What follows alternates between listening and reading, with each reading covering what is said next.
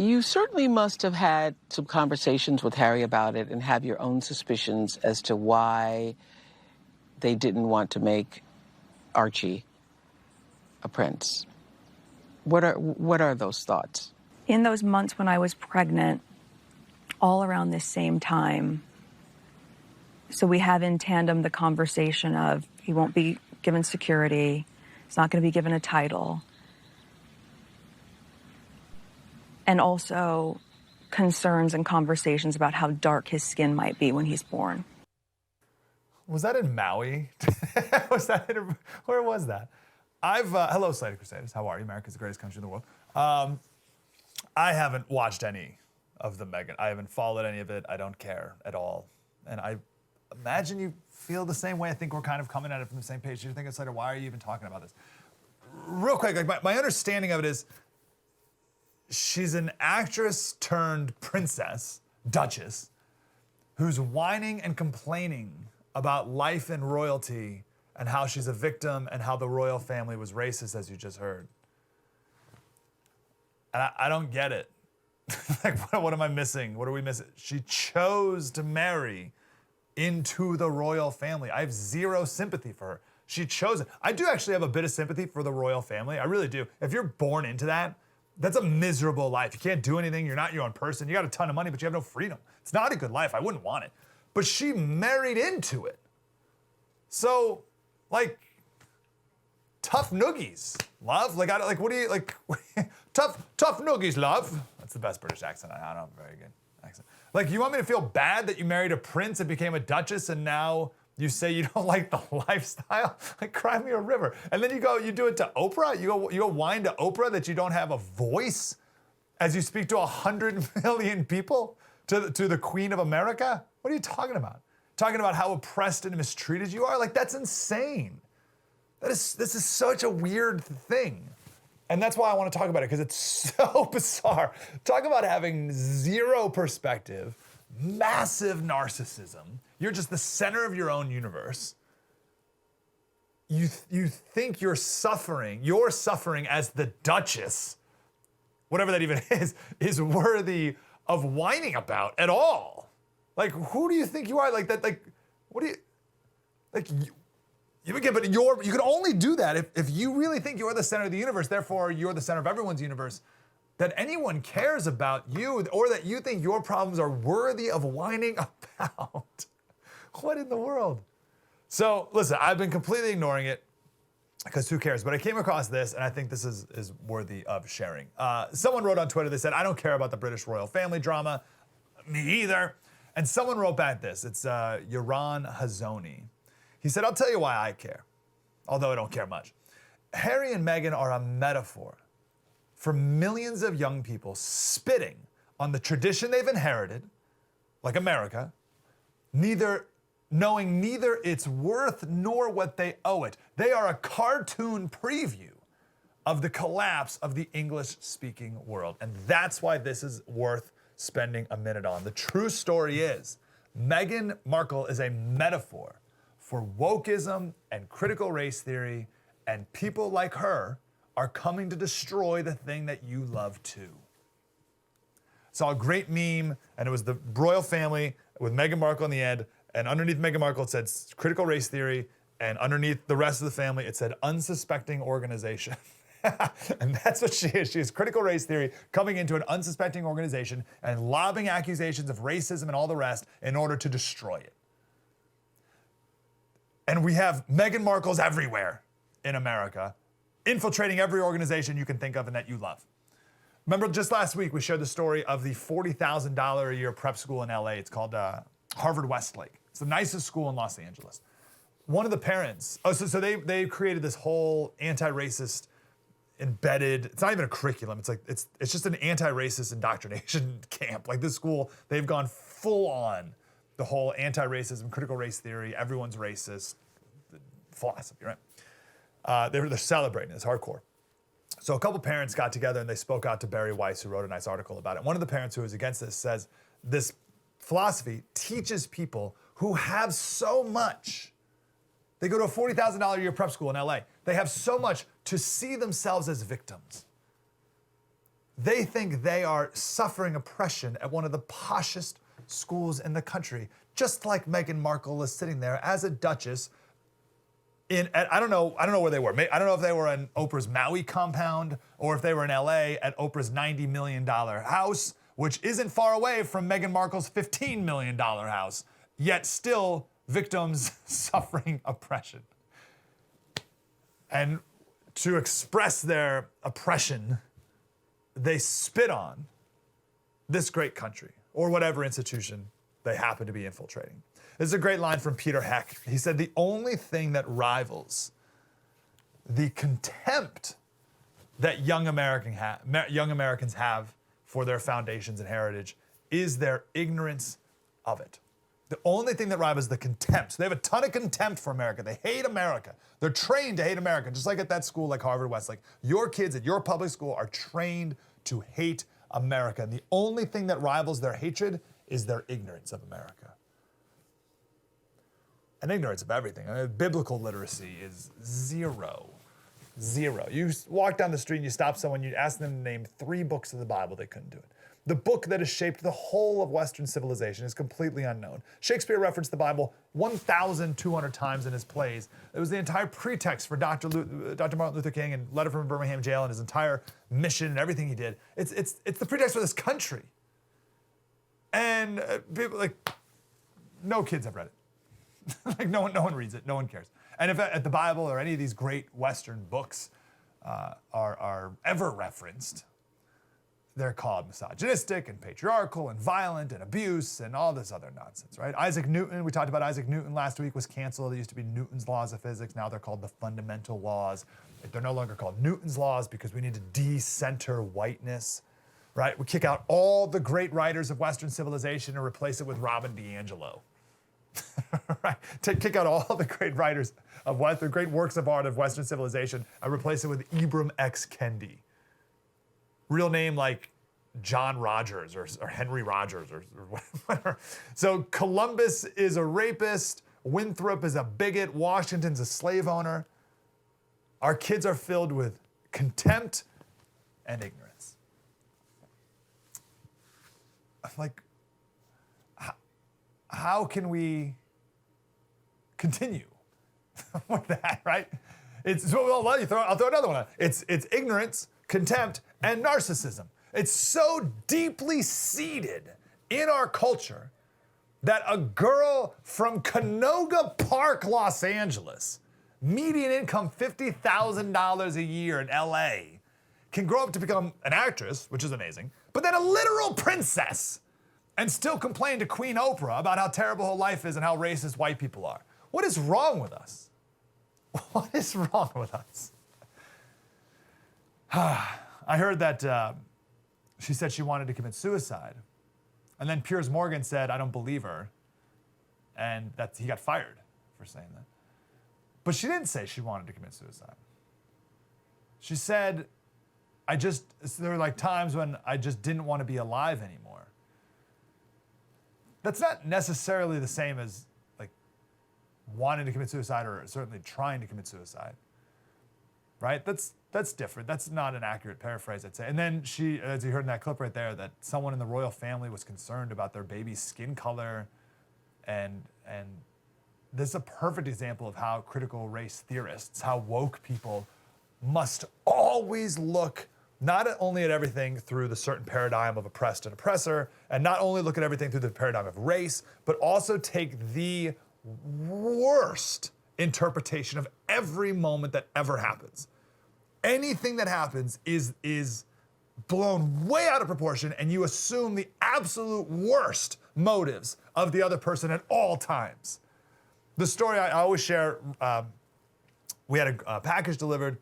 Supposed to be at our house, but it got delivered to our neighbor's house. So our neighbor sent me a text and said, hey, you got a package over here. So I went over there, and it was kind of dark out, and I went over to our neighbor's house, and they have like a 16-year-old girl or whatever living with. And I was about to walk into the house, and there was one of her friends was trying to get in the door and was kind of struggling getting in the door. And her friend was black, another like 16-year-old girl. And I said something super awkward, right? I said hey, who are you looking for? Or something like that. And she's like, oh, I'm just looking for Mary. And I was like, oh, okay, cool. And then she opened up the door and Mary's like, oh, hey, here's your package. And I took the package, hey, girls, have a good day, whatever. And that was it, right? But if that black girl was woke, she would go home and be like, oh, this white guy's questioning why I'm here. And I don't feel comfortable here. I'm not welcome in this white neighborhood. And I can't go anywhere. And I'm scared everywhere. And it's like, oh, no, my package got, and I was just wondering if you know who's, like, what, right? You see, but it's like you assume the absolute worst of everything. So this situation with Meghan Markle's baby, maybe it was just a family member just casually, innocently wondering if the baby would have red hair or would take more after the mother. It's like a normal question. Like, this doesn't have to be the most worst racist intent ever. But everything's got to be spun up now, and now people think the royal family is racist. But you know, Oprah is the person to commiserate with, because Oprah has also suffered similar indignities in her life. If you remember, a couple years ago, she was at a store in Switzerland, and the person there did not know that she was Oprah and did not offer to show Oprah a $38,000 crocodile purse that was behind the counter. And Oprah talked about how that was racist. Now, was it racist? If you assume the worst possible intent and motive, then yes, of course it was, but could have been a language barrier, could have been a misunderstanding. Nope, doesn't matter, because that's how it works. That's how critical race theory works with everything. You find a kernel of truth and you twist it, right? You twist it in their absolute bitterness and cynicism and hatred of this country and of themselves, really. You twist it into something way worse than it ever needed to be. And that's what all this is. Douglas Murray, one of my favorites, he wrote a great piece about this. He says, what is truth, and does it even matter? The whole world is in the midst of a deep cultural shift. We live in an age whipped along by social media where the concept of truth has disappeared. And that's what this Meghan Markle thing is. She is critical race theory in a nutshell, and it can take down the royal family. You don't think it can take down whatever organization you're a part of, whatever business you work at? Of course it can. So when you hear critical race theory, when you think about critical race theory, think Meghan Markle. Now, maybe the family doesn't like her. I don't know. I don't care. But maybe. Is it because she's black? Maybe the people of England don't like her. Again, I don't know. I don't care. Is it because she's black? No. This is Ron Little from The Spectator. He wrote an article about why Brits find Meghan repulsive. And he said, what the ghastly Oprah Winfrey, and indeed Hillary Clinton, do not understand is that if there was any resentment towards Meghan in the UK, it was not because of mixed race, but because she is American and behaves like a caricature of a particularly stupid American. The color of her skin matters not a jot.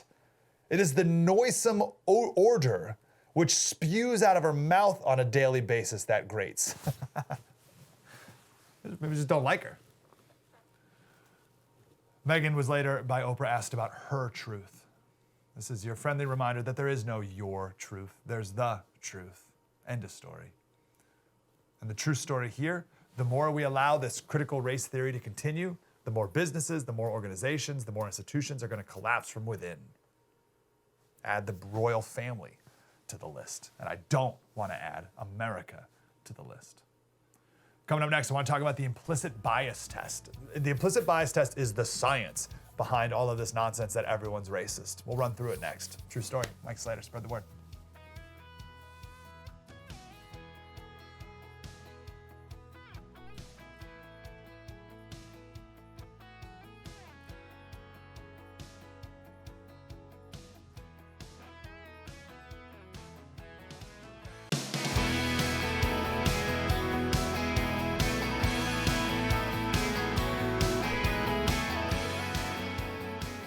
Hey, Slater Crusaders. So conservatives are often called science deniers when it comes to vaccine and masks and global warming. You're a science denier. Also, conservatives don't think that you can switch genders. So because you don't believe that, you're a science denier. I got another one here for you that I am a science denier about. True story. I am a science denier. Do you join me? But this one I'm going to share with you. It's hardly science at all. It's not science. It's definitely not. I take it back. It's definitely not science. Are you familiar, although treated like it is, are you familiar with the implicit bias test? The claim that we're all living in right now is that everyone is racist. Okay, it's a bold claim. So what do they use to back it up? Science, of course. You got to back that up with science. So they created what's called the IAT. It's actually called the implicit association test. Technically, call it the implicit bias test. And I'll just tell you up front, I'll give the kicker up front. It's the stupidest thing you've ever seen. But they use this, the left, the woke critical race theorists, everyone, they use this as the scientific proof that everyone is racist. This is laughable. It is absolutely laughable if it wasn't accepted as science by so many people. Okay, so you can take this test yourself. Just Google implicit bias test Harvard, and it'll pop up. There's a bunch of them. There's one about race, which we'll talk about here. You can do one about gay and disabled and all. You can do all religion. You can do all these different, same concept, right? So here's the deal. I did 2 days ago. I took it. I wasted 5 minutes of my life, and I took it. And here's how it goes. So this is what you do. You sit in front of your computer. You put one finger, your left-hand finger, on the E key, and you put your right-hand finger on the I key. All right? This thing's so stupid. I can't believe people fall for this. There's 7 rounds, okay? And you're faced with screens like this. The first round, you only have good words and bad words, okay?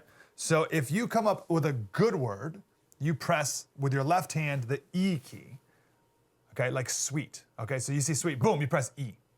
Peace, that's a good word, E. I saw agony a second ago, okay? It's a bad word, so you press I, okay? So you just do that for like a minute. Good word pops up, you press E, bad word pops up, you press I. Then it switches to faces. The face of a black person or face of a white person, but it's not even their whole face. It's just like this part of their face. All you see is this right here, right? There, that's it right there. Okay, so black person, okay. Black person, you press with your right hand I. Okay, so you see a black person, boom, press I. Then it shows a white person, and then you press E with your left hand, real fast, as fast as you can. Okay, so white person, E, black person, I, right? Then, keep this screen up. Yeah, then it has you do either good or white people. You press the key with your right hand, the E, the I key. Or bad and black people. I know this is confusing, but bear with me.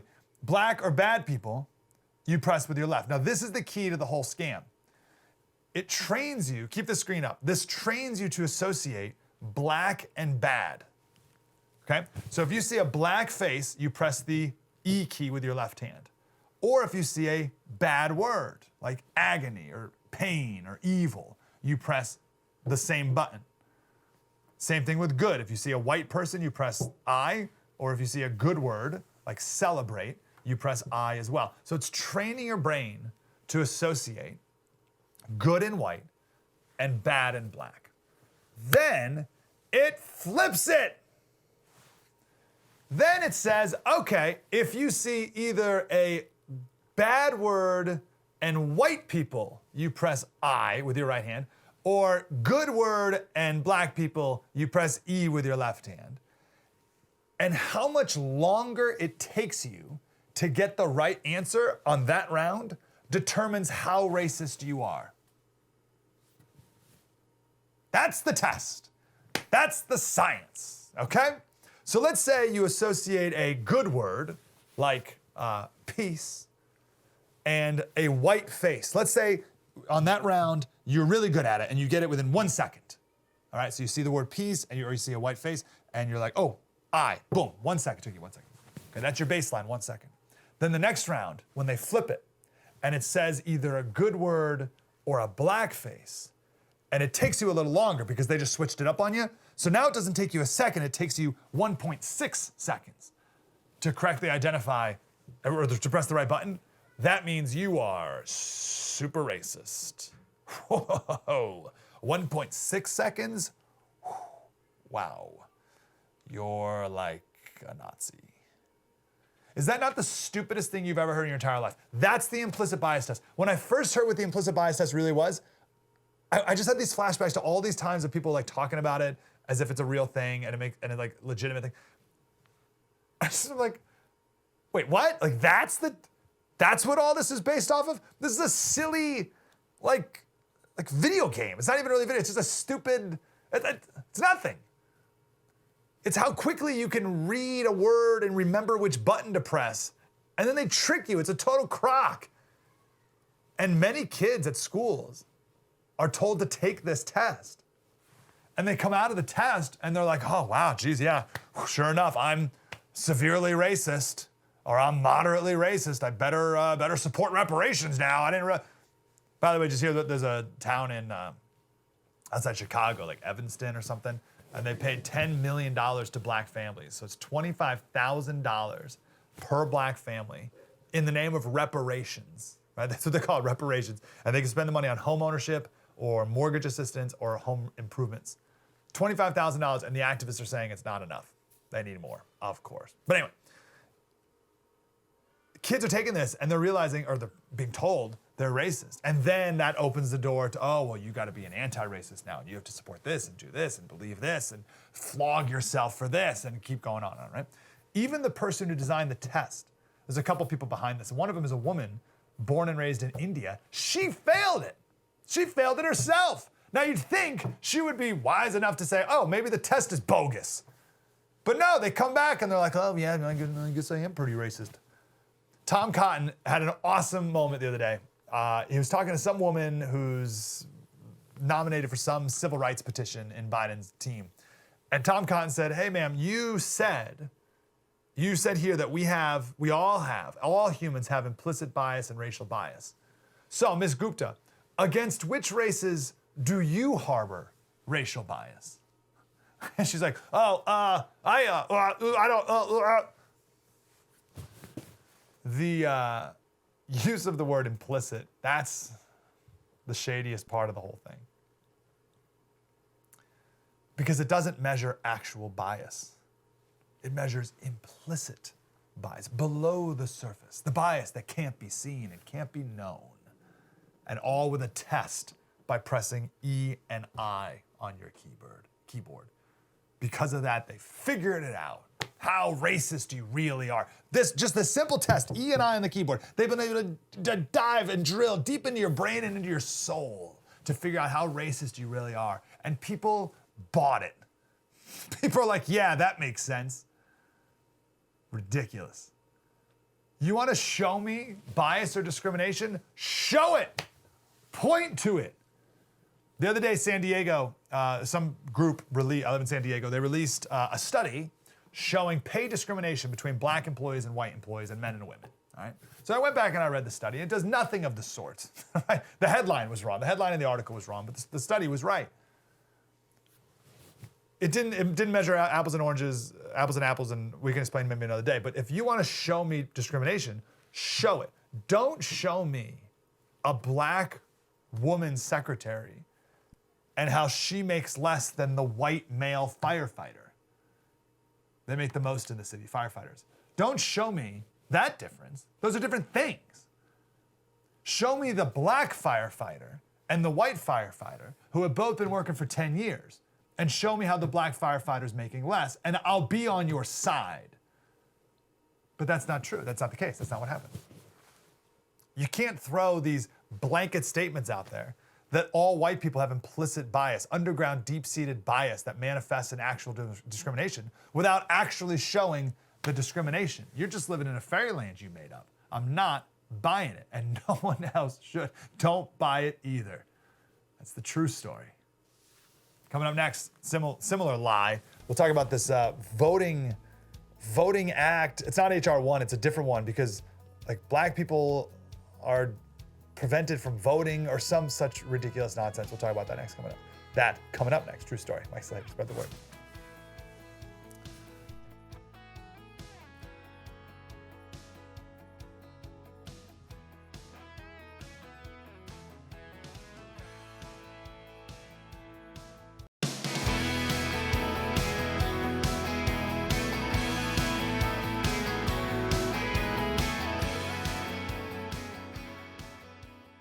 So Republican state lawmakers in your home state, Georgia, have introduced almost 24 bills to make it more difficult to vote. They are going to end no excuse mail-in voting, which has been there since 2005.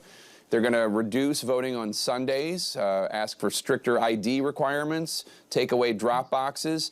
Senate Majority Leader Chuck Schumer in D.C., he called this effort by Georgia Republicans, quote, racist, plain and simple, unquote.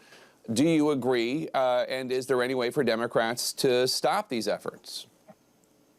Well, first of all, I do absolutely agree that it's racist. It is a redux of Jim Crow in a suit and tie. Do you agree with this softball talking point question that your handlers gave to me? Okay, so we got a couple things going on here. That's state laws in Georgia, which they say will decrease voting access. Joe Biden, the other day, the president, said he's calling on Congress to expand or to re-sign, how did he put it, like expand or restore the Voting Rights Act, which would expand access federally. Like, what's going on here? I want to go to Autry Pruitt. He is the CEO of New Journey PAC. Mr. Pruitt, how are you, sir? I'm doing well. Thanks for having me on board, Mike. So glad to be here. Man, good to talk to you. Let's try to make sense of this first. So, first, big picture. What is this trying to address? Like Biden's bill to expand access. Like, is it hard for Black people to vote? No, I don't think it's not hard for anyone to vote. His bill, and the notion that Black people can't get ID, that we're too stupid to get IDs, is also moronic in and of itself. I mean, if you're 18 years old, you need an ID to work. You need to get alcohol. You need to get tobacco. You need to go to a club. You know, you even need an ID at a hospital. It's just it addresses nothing other than the Democrats trying to have a blatant open border policy that will allow your mama to vote 3 or 4 times, your nephew who's 3 years old to vote 5 or 6 times, your great-great-great-grandmother, which died 500 years ago, did vote a couple times too. That's the only notion that it is. There's a real solution. The simple solution for this is, if the Democrats really cared about it, they would say this: okay, let's require ID, but guess what? We give your first ID for free. Your driver's license or your state ID or your passport, you get it for free, no charge. Some states have this, by the way, and guess what? Democrats still want to fight voter ID. Second thing you could do is just make Election Day a national holiday. Say, you know what? Election Day every other year is a national holiday. Boom, end of story. Now, you don't have to take off to work to vote. But anytime you propose these solutions to Democrats, oh, that's racist. That's a part of patriarchy. Now you're saying people can't work. I even said to one of them at one point, I said, make it a paid holiday then. Fine, we'll pay you to vote. No, it can't. That's because at the end of the day, what they want is anybody and everybody dead, alive to vote 2 or 3 times. That's what they want. I'm trying to give them, like, and I'm totally with you, I'm trying to give them the benefit of the doubt, right? Is there an old Black widowed woman, she's 98 years old, and she just doesn't have an ID, because she doesn't drive, Autry, so you can't make it to the polls on that day, so she needs, whether it's mail-in voting or something like that, so that, because if not, you're denying her right to vote. Okay, well, there's a few things. Historically, even before slavery, right? So take Black people out of it. Let's just look at when just white males voted. What did they do? They had to get up and go to the polls and vote. Rather they had to be wheeled there, rather they had to go by a wagon, rather somebody had to carry them on their back, like the Hunchback of Notre Dame. They had to go and vote. So now if you add Black people to it, what's the difference? But even if that's the case, I have another solution for you, Mike. I proposed one time in a debate, I said, okay, fine. We're going to have a mobile voting center that on election day will go to the house, will verify the person, we'll look at birth certificates, library cards, old school yearbooks. We'll verify you and you vote. And what I was told, oh, so now you want to have somebody, a white person going and knocking on doors in the neighborhood? I said, no, it can be a Black person. And they could go, well, that's intimidation. Intimidation? We're bringing the box to you. No, just do a mail-in ballot. This is what it's all about, allowing anybody and everybody they want to vote so they can manipulate an election when they feel like manipulating an election. That's what it's about. And because any alternative solution you propose to them, Democrats deny. Yeah. give me one more detail on exactly what the Voting Rights Act is, or at least this latest redux of it. And then we'll get to the Georgia case because, again, this wants to expand it as we're talking about, and Georgia wants to decrease it or whatever because, they're super racist there. So what else does the Voting Rights Act do or would do? Well, the one that Biden is proposing, another thing it wanted to do was essentially what it wants to do is take all elections and put them under federal mandate, which is an absolutely, it's a horrible scheme. Because what will happen is then it will become easy to hack. If you remember, President Obama said, listen, it's hard to hack our elections because it's so decentralized. But what happens if all of a sudden you make it all centralized across it? Forget it by the fact that it's unconstitutional. Forget that. Just practically what happens. It becomes easier to hack. So they want to centralize that. They want to change. They want to take the power away from states to draw their own districts. Yes. Both Democrats and Republicans in states draw these weird-ass districts, try to keep their people in power, right? But the fact that we have to keep gerrymandering, that's what it's called, it shows you right there that drawing the districts doesn't work. Because if you gerrymandered the perfect district, you would never, ever have to change. And power is flipping back and forth between Republican and Democrat. So Joe Biden wanted to stop gerrymandering. Now, ironically enough, he wants to do it under an approved federal system, which translates as this. If you're a Democrat state and you're being reviewed by the federal government, they're going to magically say your system's okay. But if you're a Republican state and you're viewed by the federal government, your system's racist. That's what it's going to come down to, and we've seen it. Yeah. Let's bring it down to Georgia now, what they're doing. And we said after the 2020 election, if the state houses, especially the ones controlled by Republicans, do not shore up voter integrity, then they're not worth anything. They're totally worthless. So it seems like they're doing that in Georgia. But of course, they're being called racist for doing that. So one of the things Jake Tapper said is they're getting rid of no excuse mail-in voting, which they've had since 2005. So apparently 15 years is long enough for something to be absolutely set in stone and cannot be ever changed, to Jake Tapper and Stacey Abrams here. So what do you think about that, obviously, getting rid of the no excuse mail-in voting? Well, we've had no excuse mail-in voting since 1774, right? When there was no mail and there was no excuses. You had to go and you had to vote. So we've had this concept that, mail-in voting. No, mail-in voting, absentee ballot voting, if there's a legitimate reason, is the answer. Other than that, you vote in person. And the reason why you want to vote in person, and in your case, if you want to name the 98-year-old who can't walk and we have to have a mobile truck go around, that's fine, right? I'm okay with that. Most Republicans are okay with that, right? So the no excuse mail-in voting, they want to use as an apparatus to start ballot harvesting. But this is the scary stuff. I'm not scared about the legislatures because I'm scared about the courts. Because in Pennsylvania, they had a system. They said all mail-in ballots had to be in, 72 hours, 3 days before, or 3 days, within 3 days of the election. Then the Supreme Court of Pennsylvania magically said, no, we'll extend it to whenever. And then John Roberts and our crony U.S. Supreme Court said, no, Supreme Court can do it if they want in Pennsylvania. They don't have to follow those rules.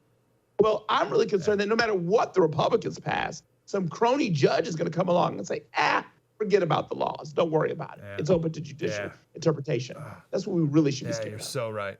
Okay, Audrey Pruitt, real quick, what is your best, like if you could write it right now, right? What would voting look like in America? How do we do it? How many days, et cetera, et cetera?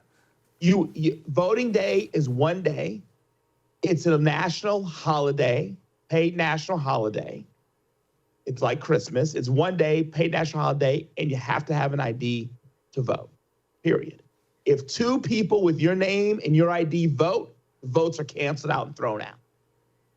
That's simple, and it works, and it's fair. How dare you? How dare you? Audrey Pruitt, CEO of New Journey PAC, on Twitter, AUTRY. Brother, great to talk to you, man. You too, Mike. So glad to be on board. Definitely do it again. Good to talk to you. All right, coming up next, we want to talk about, we've mentioned this in passing a couple times before. There is a former KGB agent who defected to America and talked about the KGB efforts of not just espionage, but how to undermine America from within. and it's going swimmingly for them. Talk about that next. True story. Mike Slater, spread the word.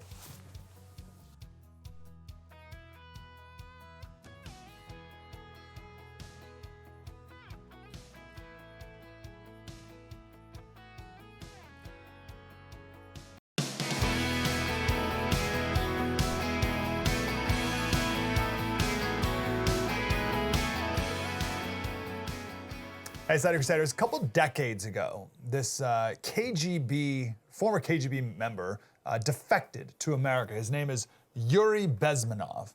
And he made this video, or he did this interview, and this video pops up every once in a while in my life.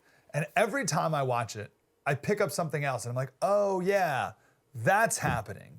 Because he talked about the 4 stages of ideological subversion. And he's like, yeah, like Russia's not just gonna like storm in and take you over. It's an internal subversion that we're embarking upon here. And every stage is being checked brilliantly. And we're all falling for it and doing it ourselves even. John Hayward is here from Breitbart to talk about it. John, how are you, sir? I'm doing great. It really is a fascinating video, isn't it? It's something that we seem to keep rediscovering over and over again because everything he was saying decades ago perfectly lines up with everything you see outside your window today. And I'd love to get your insight and specifics. So let's do the first one, demoralization. What is that stage?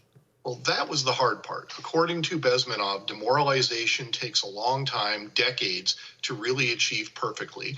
And a demoralized population is basically no longer interested in defending its own country. They doubt their own country, they doubt each other, they don't like their culture, they don't think there's anything worth conserving, to put it in a conservative liberal paradigm. They've decided everything is junk and everything must go. And once you have a people demoralized, then you can move on to actually tearing their society apart. But the first step is to get a lot of people in a culture to decide that culture is no longer valuable and worth defending. Literally the first segment of the show, we talked about how the only thing that rivals the contempt that young people in particular have for America is our ignorance. So contempt and ignorance, that is the perfect recipe for demoralization. How have they achieved this? And this is also the bigger picture now as we're walking through these. Who did this, right? Like, do you think it was really like I'm gonna go exaggerate, like a cabal of Soviet spies? Or like, who kicked this off? Who's leading this today? How do you visualize that? Well, the KGB, when they formulated the strategy, they knew they couldn't just do it with KGB spies. They would never have enough people in any targeted country to just run the show themselves. They needed allies. And in the United States, this demoralization process was not entirely fomented by foreign powers. It wasn't all the work of foreign saboteurs and subversives. They found common cause with people in the United States, with people that were here, that agreed with the basic premise. Our old culture is wrong and bad, or our history is terrible, our country is not just. There are always going to be takers for that argument, and you can build on that to create the forces needed for demoralization. You can never do it as a foreign hostile power looking to subvert America. Not the Russians in the 80s and not China today. Our great adversary today, China, is very interested in demoralizing and destabilizing the United States, but they can't do it themselves. They need us. They need people on this side of the pond to help them in that endeavor, and unfortunately, they have plenty of allies. They're very smart about picking out the people they want to boost, the stories and narratives that they want to reinforce. If you read Chinese media, you can see they spend a lot of time watching our media, our movies, our cultures, our news programs, listening to our politics, and looking for opportunities to make common cause with demoralizing elements in the United States. Wow. Let's do the next one. Stage 2, destabilization. What's that? Well, that's where the rubber hits the road. Once you've got a population demoralized and they don't want to defend their nation, their culture, and their history anymore, then you have to shake their faith in their institutions and in each other. A destabilized society doesn't trust anything. They don't trust each other. The citizens don't cooperate. They don't talk to each other. They don't trust their businesses. They don't trust their government. They don't trust anything. In a destabilized society, everything is under attack. And my favorite person personal vision of destabilization, the one image that sums it up to me, is a bunch of anti-capitalist activists using iPhones to coordinate their protests. That's destabilization. They no longer draw a connection between the phone in their hand and what they're protesting against. They just assume that those blessings of technology and abundance are showering down from heaven, and they feel no problem with attacking the very capitalism, the culture, the society, the people that made all of those things possible. They're no longer thinking about their culture as a working system. They're attacking every bit of it. That's destabilization. We clearly got to an advanced state of destabilization during 2020, during the Black Lives Matter protests, the pandemic. All of those things were symbols of a destabilized society where no one knew what to trust anymore. Okay, so check. We're all on that. I don't even know if we need to go more over that. Like everyone hears that one. Okay, so we're there. Let's see if we're in the next stage. The next stage is crisis. What's that? Well, we certainly got the crisis. We got the pandemic. It blew us to pieces. And you could tell that the pandemic was a terrifically effective crisis because of how ruthlessly it was exploited politically, how it changed everything, and how it opened every fault line that already existed. Everything else got worse because of the pandemic. Race relations, cultural issues, free speech, privacy, surveillance, all of those things took a nosedive during the pandemic. It was the perfect storm of a crisis in that it weakened all the fault lines. It made everything else burn hot. It was like gasoline on a fire, and it hit us hard enough to fracture our society completely. And we're struggling to put it back together right now. Hopefully we don't completely fall apart. But if you look outside today, do you see a country really coming together and healing, or do you see it trembling on the edge of getting worse? I mean, I think on a good day, you could see it one way, and on a bad day, the other. We're definitely on the razor's edge right now. Yeah, and it's so wild and unfortunate because when the pandemic hit, like we could have had unity. There could have been a way to do this properly, but I'd argue it wasn't Trump who created the disunity. It was the hatred of Trump that created the disunity right from the jump. When he said it was a big deal, we had all these things like go hug a Chinese day and come on down to Chinatown. It's no big deal. He's a racist. And then when he said, oh, maybe this isn't as big of a deal as we were thinking, then it became the big, right? So anything Trump did, we got to do the opposite, including going to school. Don't go to school, do go to school. It's whatever Trump said, do the opposite. So that made it worse, no? Yeah, when you're looking to subvert a society, you look at how it responds to a crisis. And if it responds in a favorable way, well, then you haven't destabilized and demoralized it enough. But when it flies apart and starts attacking itself under the stress of a crisis, then you know you're in good shape as a subversive. It's working if the crisis makes everything worse instead of bringing people together. Yeah, okay, check. Stage 4, normalization. That's how you roll in and finish the job. Normalization is the point at which the subversives come in and say, give us power and we'll give you your life back. If you let us be in charge, if you abandon your old ways, your old institutions, give up your freedoms, your individuality, and let us come in and take over your life, only then can you have normal life back. They could phrase normalization in a positive way and say, we have the secret to resuming normality and we'll share it with you. Or they could put it in a negative way as blackmail, as a threat. You will never have a normal life back unless you give us what we want. And I'm sure everyone hearing me say that can immediately think of a dozen examples from the past year of how that offer of normalization has been dangled in front of us as an offer and as a threat. You will never have your normal life back unless you do this. And you could probably come up with examples right now. You can't have a 4th of July barbecue unless you obey President Biden's pandemic restrictions. That's an example of the offer of normalization as finishing the process and installing a new order. Only the new rulers can give you normal life back, not your old ways, your old institutions, your old culture. John, we got to run, and I hate it because I got a ton more questions, but I want people to sit on that, and maybe we can talk again soon and finish off this conversation of what to do next, how we get out of this. I would love that. That would be great. Yeah, thanks, John. Hey, go read John at Breitbart, breitbart.com, of course. Look for John Hayward, and you can find this article here and watch the full interview from Yuri Bezmenov. Thanks, John. Really appreciate it. Thank you very much for having me. Well done. Hey, really exciting. We have a very, very important special coming up in just a few days. Here's the promo for it. So let's just imagine a group of friends in high school who get together every Friday night and they're going to drink their case of Budweiser in somebody's home. Then they start grabbing pills from the cabinets and they're adding to it. So now they're starting to use it, but these are pharmaceutical grade pills. Could they die from it? Yes, but that's applied where there's a way. Mom and dad aren't going to buy you more pills. Grandma's not going to buy you more pills. So now you got to buy pills. So you ask around, and so-and-so's selling pills on a street corner. Looks the same, smells the same. We're going to take it. But here's the difference. Those aren't chemists. Those aren't people that are trained to make pills. So you can have one pill that is 100% fentanyl, or you can have one pill that's 100% cut. And dealers are street pharmacists, right? They're going to mix whatever gets the person the high, and there's no, okay, we're going to have 2 ounces here and 3 ounces here of this. There's none of that. I'm just going to do this and this and this, and here's my drug, and you want it. This is how much it's going to cost. Go use it. If you like it, come back. America's Forgotten Epidemic premieres Thursday, March 18th at 9 p.m. Eastern, exclusively on The First. Jeez, first of all, that looks incredibly well made. And what an important topic. I got a buddy who's in law enforcement who deals with this stuff, and he's telling me all the evils of fentanyl. And just exactly what they said, they can mix it, and sometimes you get too much, and you don't even know what's really in the fentanyl, and how it's going to be almost impossible to stop because they just mail it from China. They just mail it across, and just little bits of it, little pills in the mail. And how do you stop that? Right? Wow, that's an important special. Look forward to that. We'll be back tomorrow. True story. Mike Slater. Spread the word.